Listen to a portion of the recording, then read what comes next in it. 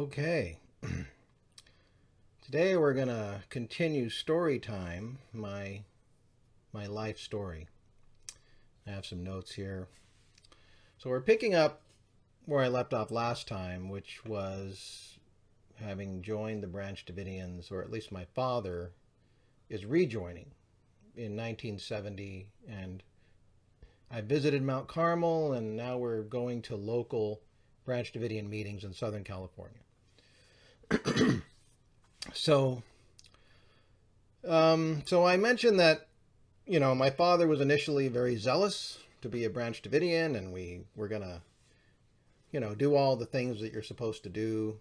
It's essentially Seventh Day Adventist ideas of family, your personal living and diet, health reform, and maybe not being. One of the concepts is worldliness, right? Being in the world but not of the world, right? But my dad my dad the spirit is willing but the flesh is weak, right? He had an idea about not watching TV on the Sabbath, but he couldn't do it. It was, I don't even think it was really possible for him. He couldn't be that kind of creature. I remember very vividly that I came in, it would have been sometime in 1970 probably. I came in from playing outside to the living room, and my mother was sitting closer to me and my father was across the room in his chair, and the TV was on and it was Sabbath. And I was like, and my mom turned back and looked at me and says, "We're being bad." She wasn't like super upset about it, because I talked to her about this, or at least I remember I told her this memory recently, and she thought it was kind of funny. But my dad didn't say anything, because he knew that he was setting a bad example for his little son. But, hey, you know how it is when you're a parent. Sometimes you're a hypocrite, right? That's the way it goes. I mean, I didn't really care that much, quite frankly. But it's funny and sad. Yeah, my dad could watch his movies, his John Wayne movies, and his, Humphrey Bogart and whatever the hell, right? All the classics. I got to see a lot of classic movies growing up as a kid because I'd watch them with my father sometimes. But I couldn't watch Saturday morning cartoons. That was, oh no. No, that's wrong. You shouldn't watch Saturday morning cartoons on the Sabbath, David. Right. Yeah. And that made sense to him. He was serious. I don't know. Sometimes my father was not someone who was like examine himself, right? Like somebody like me, for example, probably would be like, is it really fair that I watch TV on Sabbath, but I'm forbidding my children from watching their shows on Sabbath? I probably would figure out, hey, that's actually what's called being a hypocrite, right? But I don't think that ever occurred to my father. He just wasn't that kind of, he didn't think that way. Yeah. I think it made perfect sense to him. And then the other thing that we did, which we weren't supposed to do, is we weren't really good vegetarians. We ate chicken and fish. We could have the Filet-O-Fish from McDonald's, and then we would get the Kentucky Fried Chicken bucket all the time. And again, that was my father's way of thinking about it. I don't know what the detailed thinking was in his head, but that's what it was. So and then the other thing that both my parents were smokers, which I personally, I think it's because of my parents being smokers, I developed an intense hatred of smoking from a young age, and my mother knows. It's just to this day I can't stand it, which is fine. But when my parents grew up, that's what you did. I mean, everybody smoked, right? It was like that show, Mad Men. Like, people are smoking constantly. That's just what it was, right? You didn't any. It's like the line in Yeah, in Back to the Future, where Marty, his mom, starts smoking and drinking in the car, and she's like, everybody who's anybody drinks, and she smokes. Like, yeah, that's just what you do. So yeah, I sympathize, and like, it's hard to quit smoking. It's just as hard as like quitting heroin, right? That's what I've heard. So I sympathize, but I mean, you weren't supposed to. I remember one time, I just thought of this one time. The people that ran the local meetings, the Slossons, came over one day unannounced, and they came into our house, and my father had over by his chair a pack of cigarettes and an ashtray probably, and I'm like I don't want. Look, I'm a kid, okay? I know they probably know that he's a smoker because you can kind of tell. Obviously, there's just a certain smell about people, even if you, right? But I didn't know that they knew. I thought they didn't know. And I was embarrassed for them to find out that my father was a smoker. So I'm standing in between. I'm acting like a freak, like standing in between them and moving just so that they can't see the cigarettes. And they're looking at me like, and I mean, I'm a kid. They're adults. They know what's going on. They're not stupid. So yeah, they sympathize with me, I'm sure. Yeah. Another thing that my dad didn't do is home Bible study. I remember like once or twice when I think I was around maybe 12 or 13. My dad had gotten home. And my mom called us in, like, hey, David Robin, Bible study. And we're like, what? Bible study? What the. And I think probably what happened is he used to listen to Lois Roden's Bible tape studies back and forth to work. Because he had, well, I mean, let me show you. Hey, I got it right here. Yeah, like he had yeah, the studies. Like my dad made the tapes. I've got lots of Lois Roden's tapes, and he would listen to these. I've got like 7 or 8 of these, because I recovered them from the Pomona house when we went back there in '92, when the Branch-Davidians had fled because they ran off to Mount Carmel because of the suicide rumors. I haven't told that story yet. Anyway. So he would listen to these tapes driving back and forth to work. And he might have heard one of them that said something about Lois Roden said we should study with our families maybe. Because it was weird because all of a sudden, we're going home. He's coming home and we're like all of a sudden, oh, come in for a Bible study. And like, it's actually not a horrible idea. We probably should have had a Bible study at least once a week. But, again, you get an idea to do something and it's a good idea. But then, time goes on and you lose that impulse or that motivation. And then, so we never did have regular Bible studies. So, yeah. But I want to emphasize, really, my childhood was very normal.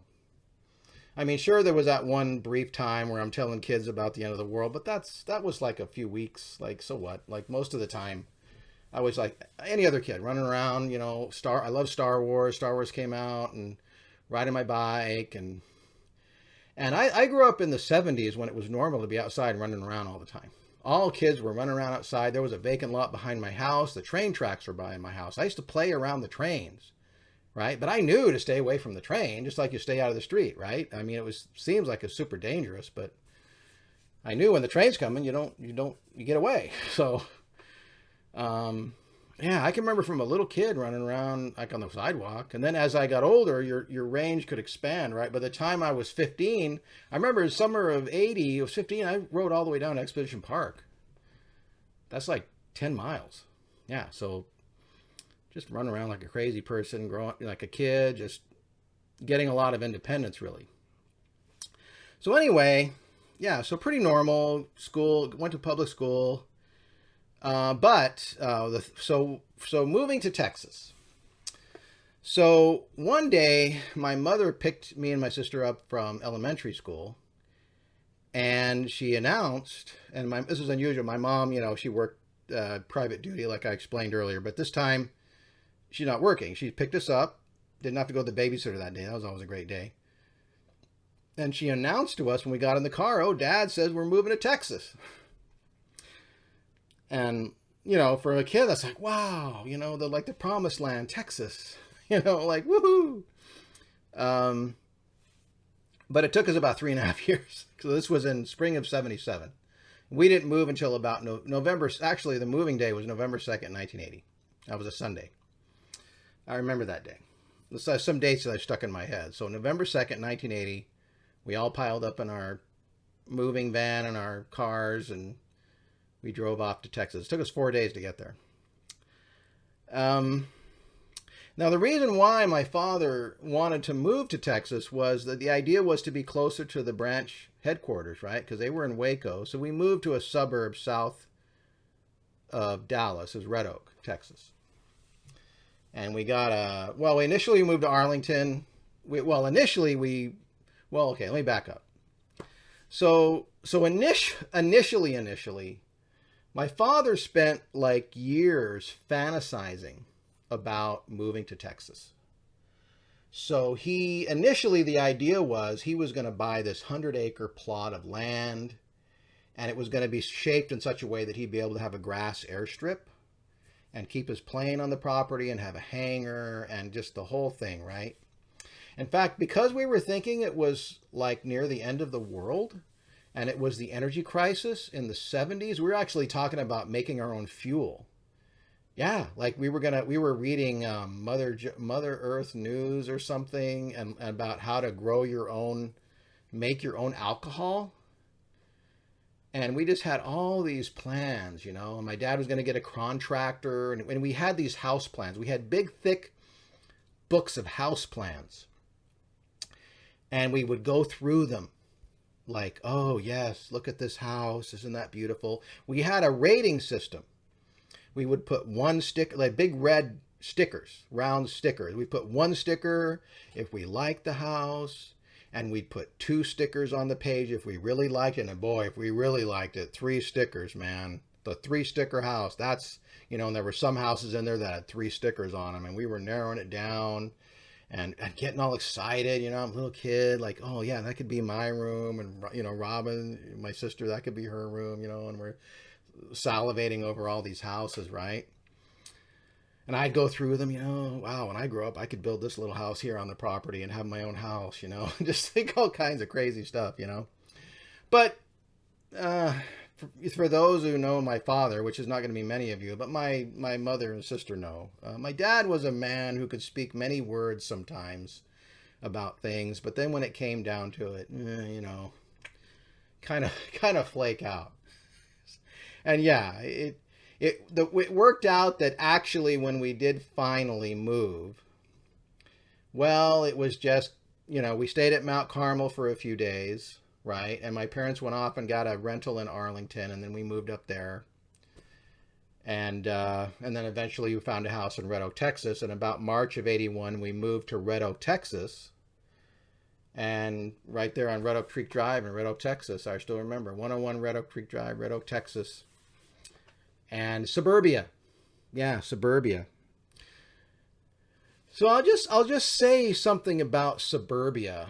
And I had a friend that I got to know who lived down the street, Cole. And the Houston family, they lived in suburbia too. And he had a similar experience. They used to live in Dallas, and then they moved to suburbia too, right? Because they lived in the big city. And I lived in the big city and then moved to suburbia as well. And the thing about suburbia is it's like when you're a kid, especially. See, when I was a kid, like I explained, I lived in really a very dense urban area. I lived in a neighborhood that was built around the 1920s. And this was still when pedestrian walking was a thing. In the neighborhood I grew up in, people would get to work probably by walking up the street to Glendale Boulevard and getting on the red cars.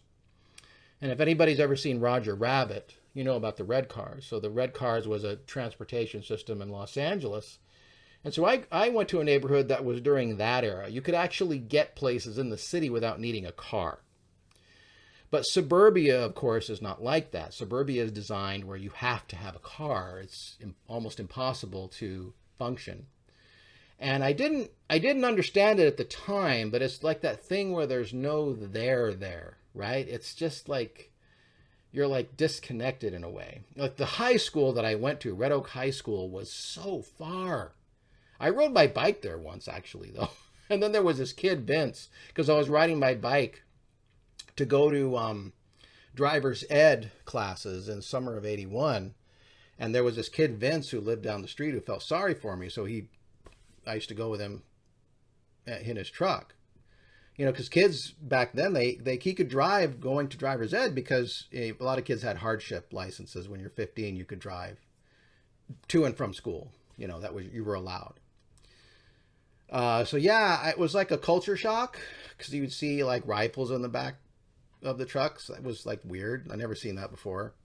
And like, it was just a different culture in Texas and everything. Everybody's a Baptist, just about, like just about everybody is a Southern Baptist, man.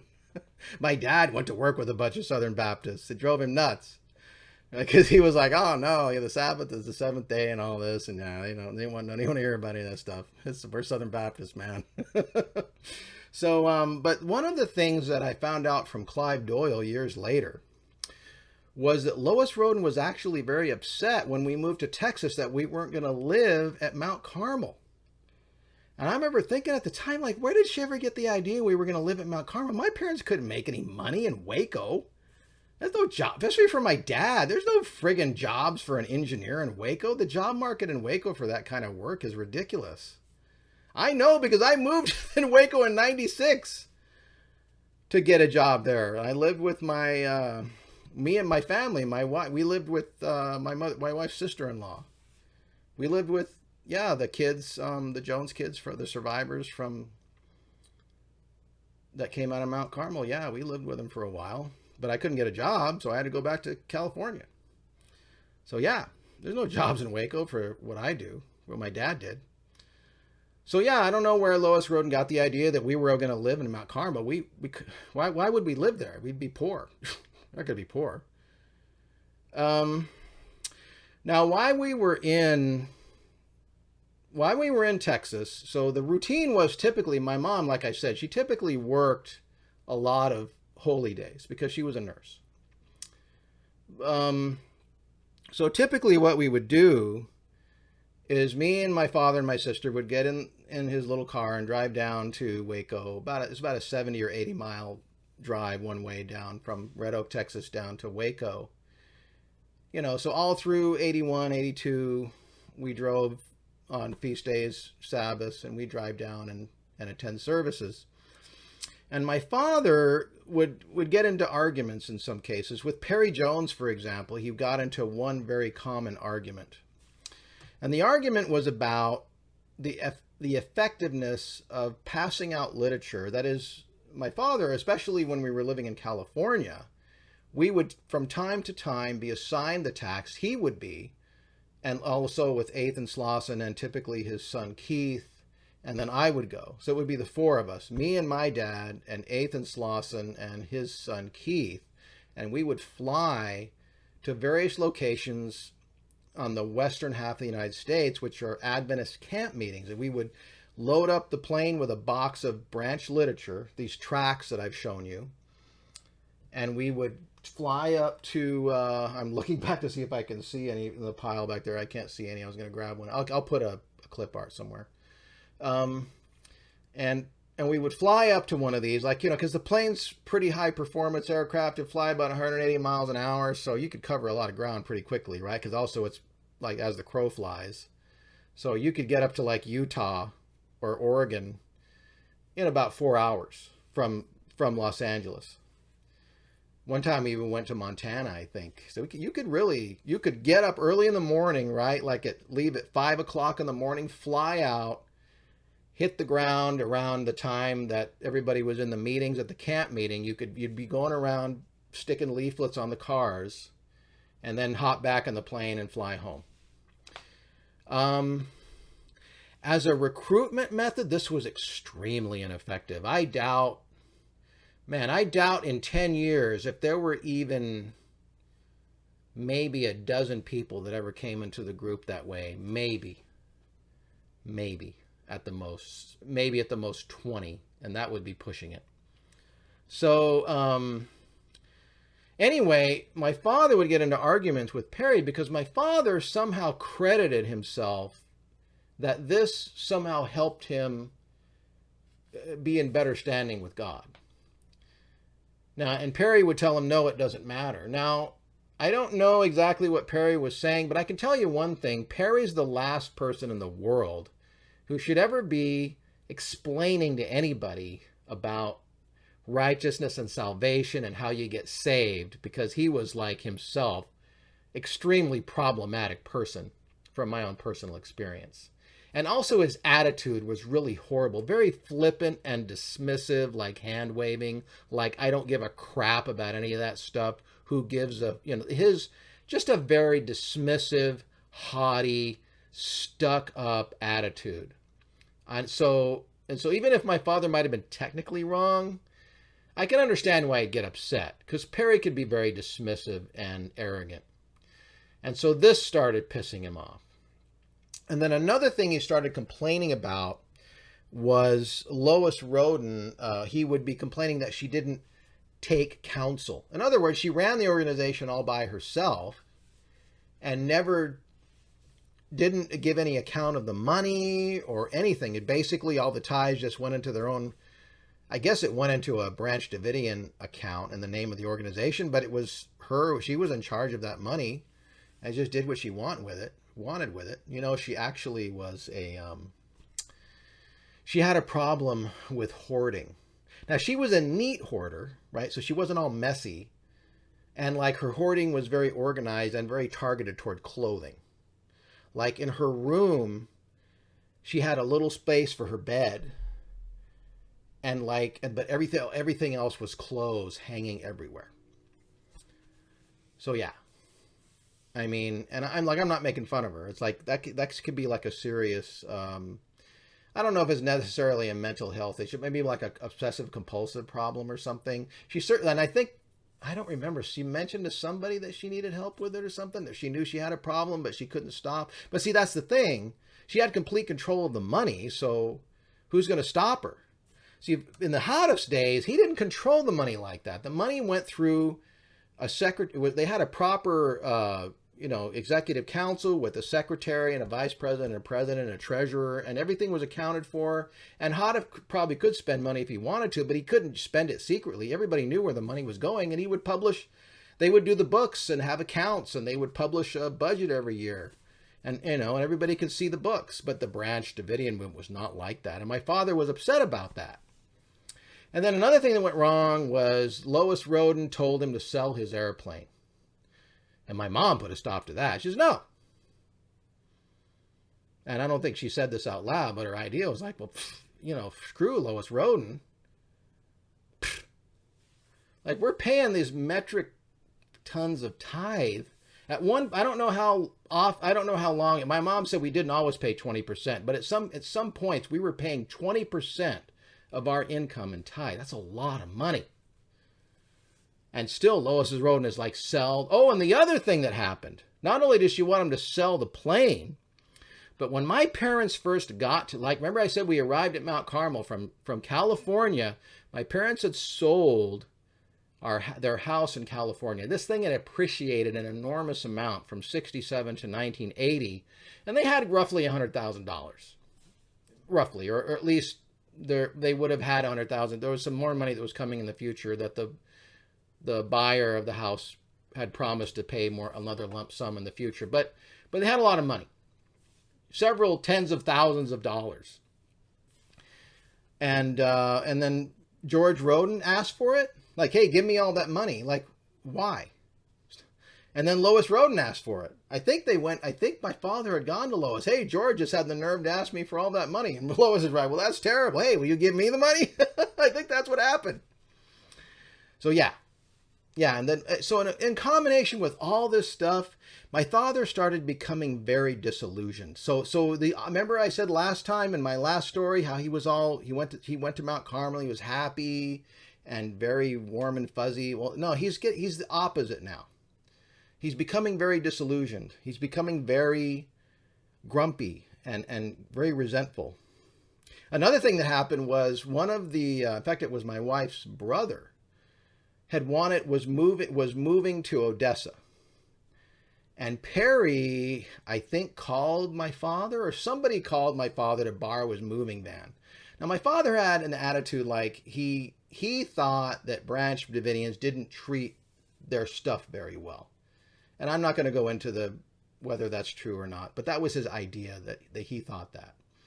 And he didn't know specifically, I think, who was actually going to be borrowing the van. Like, I think my brother-in-law would have treated it very well. There's no question about that. But my father didn't know that. He's just thinking about just the average, maybe someone else who doesn't going to give a crap about it. He was worried about it getting whatever damaged. I don't know. And so he said no. So Perry called him up, and of course, again, Perry himself has a bad attitude and is a very horrible person to be somebody to reach out and try to be diplomatic, because Perry was not diplomatic. And again, pissed my father off even more.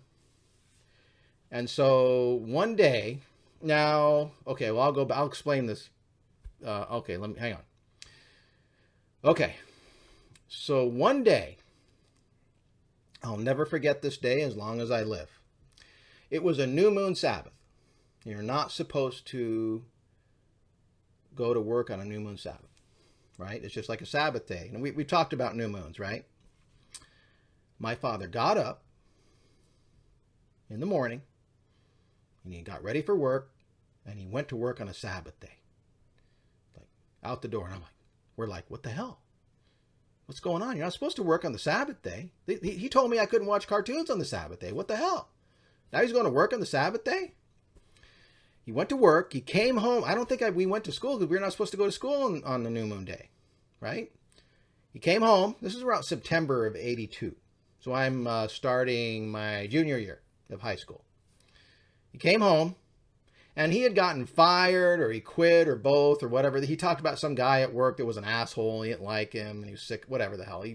He quit, or they fired him. You can't fire me. I quit, whatever. It was a contract job. My father didn't work directly for companies. It was a contractor. So he terminated his contract and, screw you guys, I'm leaving. And he came home in a huff. Within just a few minutes, he was on the phone to one of his buddies in California that he knew from a previous job. Hey, you got any work out there? Yeah, man, let's go. And within hours, he was in his little car, packed up, driving down the road back to California. All in the space of one day. This was like a whirlwind of activity in one day. It's almost like, how time is different for adults and children? I think you probably know what I'm talking about, right? So it's almost, from my perspective now, if my father thought about moving to Texas for years. He moved to Texas, sat down in his new house, and the next day, you know what? Fuck this place. I'm going back to California. Because we were barely there from March 81. We moved into the house around March 81, and by September 82, he was gone. That's nothing. That's like 15 months. Yeah, like ridiculous. Because this was a beautiful house. My mother's dream house. Ugh. I didn't like Texas as far as, I didn't like being away from everything. I already explained that. The suburbia syndrome, right? So anyway, the second that my father drove off to Texas, we knew that we were all going to move back to Texas. But let me close with this. So it was during this time, so around the time I turned 17, that I began to study the Bible for myself. Like, I was doing it of my own initiative. Study the Bible, read Ellen White's writings, paying more attention to the studies when we went down to Mount Carmel, looking at Lois Road and paying attention and trying to learn the message, right? And it's hard to learn it. It's really friggin' complicated, I know it now, but it took me, 40 years to learn it as well as I know now? It's not easy. A lot of stuff to read, and complicated. One time I remember my dad, he was getting on my mom's case. He's like, you never study. He never studied, but he's like, you never study the message. You don't care. And she was like, all I remember is, because I'm watching this as a little kid, right? I just remember like within the next day or whatever, the next week, my mom's all of a sudden sitting in the chair, like reading the tracks, she's studying. And I was like, wow, she's studying. I don't know if, I mean, but like, it's funny because like my dad spent most of his time, my mom knows, sitting on his butt, watching the TV. He didn't study. It's like he's getting on her case. You never study. Oh, God. So anyway, so I had begun to study. And I also was during this time when we would go down to Mount Carmel, around summer of 81. Remember when my wife previously told the story about meeting Vernon Howell for the very first time. And this, when I met him too, and when I say met, wasn't actually formally introduced to him. I just, all of a sudden, there's this weird guy hanging around. And I was not impressed with him. He was annoying. I would be with the Jones boys and we would be trying to have a conversation or just talk about something. He would always be coming around, hey, guy. He would ignore me and, hey, guys, you're not talking about something you're not supposed to be talking about on the Sabbath day, are you?